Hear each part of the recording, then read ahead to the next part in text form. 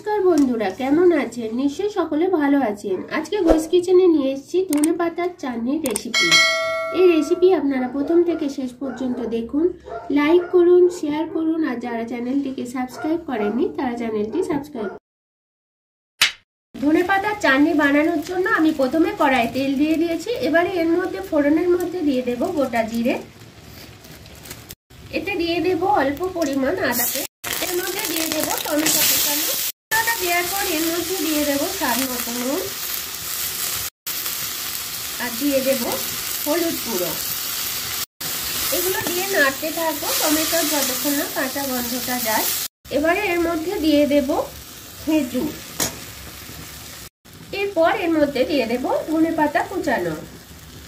এই ধনেপাতা চাটনিতে ধনেপাতাটাই কিন্তু মা, ধনেপাতা দিয়ে এরকম ভাবে চাটনি করলে খুব সুন্দর খেতে লাগে।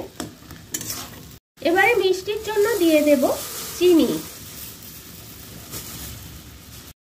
ধনেপাতার চাটনি রেসিপি এবারে আমার পুরো রেডি। এরপর দেখা হবে আমার পরের ভিডিও।